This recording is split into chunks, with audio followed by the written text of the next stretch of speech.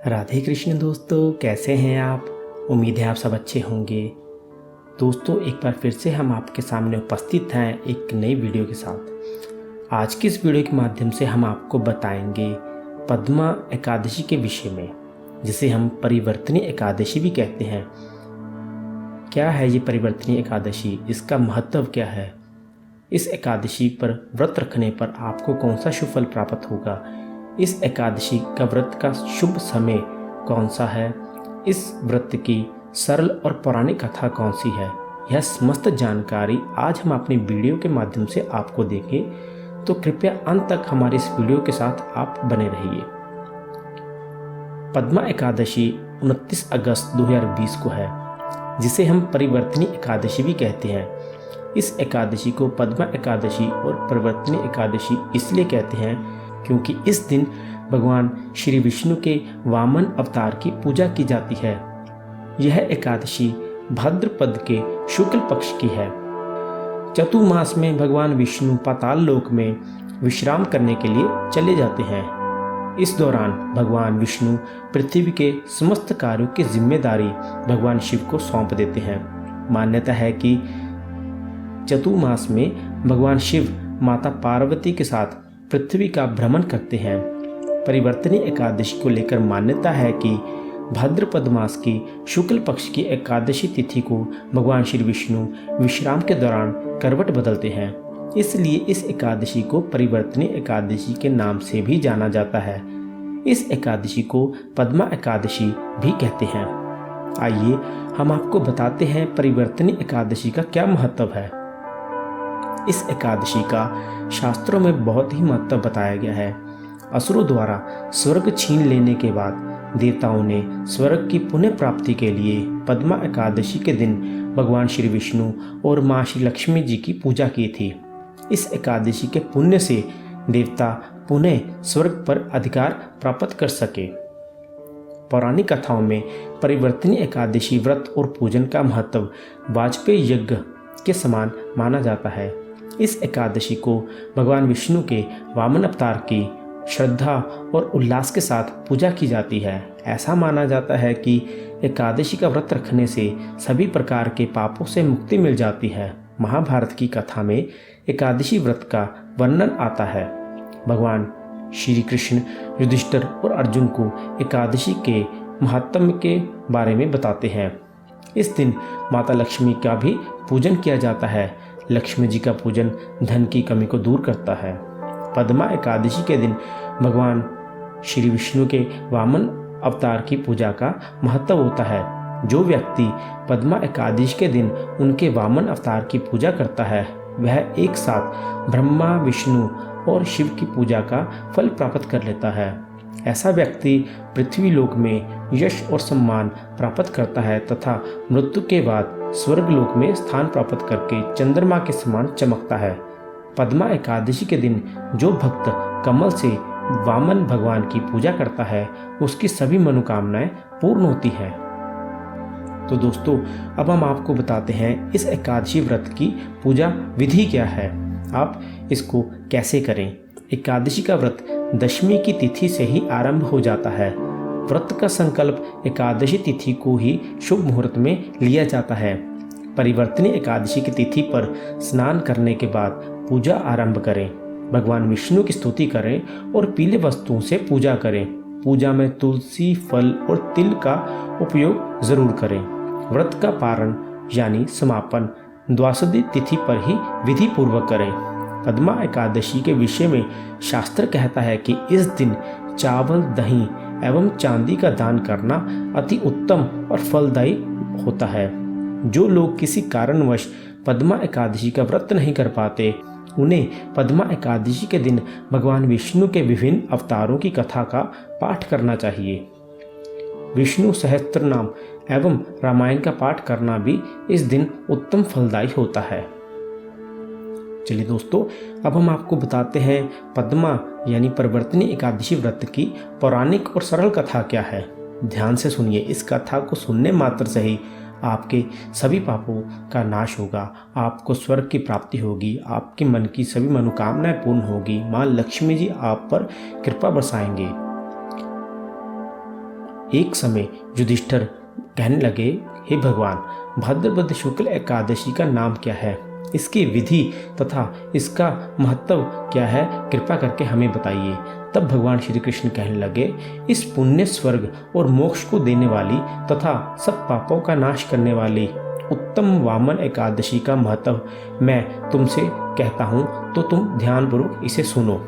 यह पद्मा एवं जिसे हम परिवर्तनी एकादशी भी कहते हैं, इसको जयंती एकादशी भी कहा जाता है। इसका यज्ञ करने से वाजपेयी यज्ञ का फल मिलता है। पापियों के पाप नाश करने के लिए इससे बढ़कर कोई और उपाय नहीं है। जो मनुष्य इस एकादशी के दिन मेरी यानी कि वामन अवतार की पूजा करते हैं, उससे तीनों लोकों में पूजा जाता है। अंत मोक्ष की इच्छा करने वाले मनुष्य इस व्रत को अवश्य करें। जो कमल नयन भगवान का कमल से पूजन करते हैं, वे अवश्य भगवान के समीप जाते हैं। जिसने भाद्रपद शुक्ल एकादशी को व्रत और पूजन किया, उसने ब्रह्मा विष्णु सहित तीनों लोकों का पूजन किया। अंत हरिवासर अर्थात एकादशी का व्रत अवश्य करना चाहिए।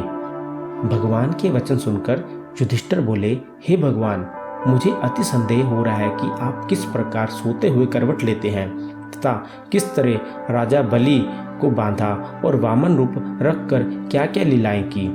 चतुर्मास के व्रत की क्या विधि है तथा आपके शयन करने पर मनुष्य का क्या कर्तव्य है, सो आप यह मुझे विस्तार पूर्वक बताएं तो आपकी बड़ी कृपा होगी।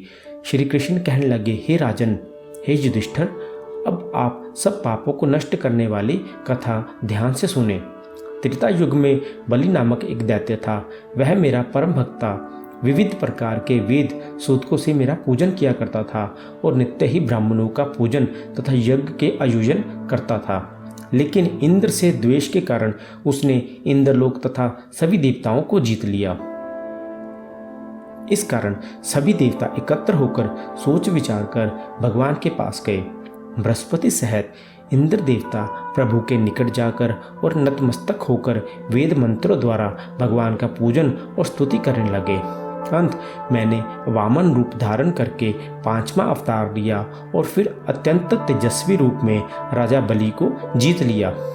इतनी वार्ता सुनकर राजा युधिष्ठिर बोले, हे भगवान, हे श्री कृष्ण, आपने वामन रूप धारण करके उस महाबली दैत्य को किस प्रकार जीता। श्री कृष्ण कहने लगे, मैंने वामन रूप ब्रह्मचारी यह रूप धारण किया और इस रूप से बलि से 3 पग भूमि की याचना करते हुए कहा कि ये मुझको 3 लोक के समान है और हे राजन, यह तुमको अवश्य ही देनी होगी। राजा बलि ने इसे तुच्छ याचना समझकर 3 पग भूमि का संकल्प मुझको दे दिया और मैंने अपने त्रिविक्रम रूप को बढ़ाकर यहाँ तक कि भूलोक में पद, भूलोक में जंघा, स्वर्गलोक में कमर, महलोक में पेट, जनलोक में हृदय, यमलोक में कंठ की स्थापना कर सत्यलोक में मुख, उसके ऊपर मस्तक स्थापित किया। सूर्य, चंद्रमा, सब ग्रह, गण, योग, नक्षत्र, इंद्रादिक देवता और शेष आदि सब नागगणों ने विविध प्रकार से वेद सूतकों से प्रार्थना की। तब मैंने राजा बलि का हाथ पकड़कर कहा, हे राजन, एक पद से पृथ्वी, दूसरे से स्वर्गलोक पूर्ण हो गए हैं, अब तीसरा पग कहाँ रखूं? तब बलि ने अपना सिर झुका लिया और मैंने अपना पैर उसके मस्तक पर रख दिया, जिससे वह मेरा भक्त पाताल को चला गया। फिर उसकी विनती और नम्रता को देखकर मैंने कहा, हे बलि, मैं सदैव तुम्हारे निकट ही रहूँगा। विरोचन पुत्र बलि से कहने पर भाद्रपद शुक्ल एकादशी के दिन बलि के आश्रम पर मेरी मूर्ति स्थापित हुई। इसी प्रकार दूसरी शीर्षसागर में शेषनाग के पुष्ट पर हुई। हे राजन, इस एकादशी को भगवान शयन करते हुए करवट लेते हैं, इसलिए तीनों लोकों के स्वामी भगवान श्री विष्णु का उस दिन पूजन करना चाहिए। तांबा, चांदी, चावल और दही का दान करना उचित है। रात्रि को भगवान का जागरण अवश्य करें। जो विधि पूर्वक इस एकादशी का व्रत करते हैं, वे सब पापों से मुक्त होकर स्वर्ग में जाकर चंद्रमा के समान प्रकाशित होते हैं और यश पाते हैं। जो लोग इस कथा को पढ़ते या सुनते हैं, उनको 1000 अश्वमेघ यज्ञ का फल प्राप्त होता है। तो दोस्तों, यह थी पद्मा एकादशी, जिसे हम परिवर्तनीय एकादशी के नाम से भी जानते हैं, उसकी पौराणिक और सरल कथा।